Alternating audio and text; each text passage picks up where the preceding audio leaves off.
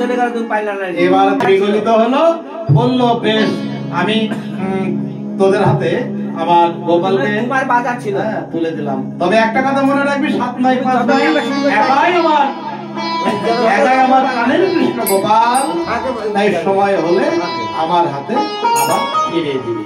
তো বেশ তাই হবে মা, আমরা তোমার গোপালকে আমাদের প্রাণের সখাকে নিয়ে গোচারণে যাই।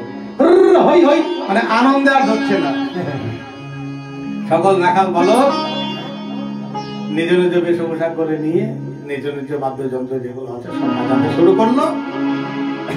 আর কেউ যদি না সেজেছে মানে এরকম তাড়াতাড়ি সাজ, তাড়াতাড়ি সাজ, ওই দেখ আমাদের গোপালকে আমাদের সখা কৃষ্ণকে নিয়ে গোচারণে যাবো। মা যশোদা গোপালকে বিদায় দিয়েছে। সাজো সাজো সাজো সাজো বলিয়া পড়িয়া গেল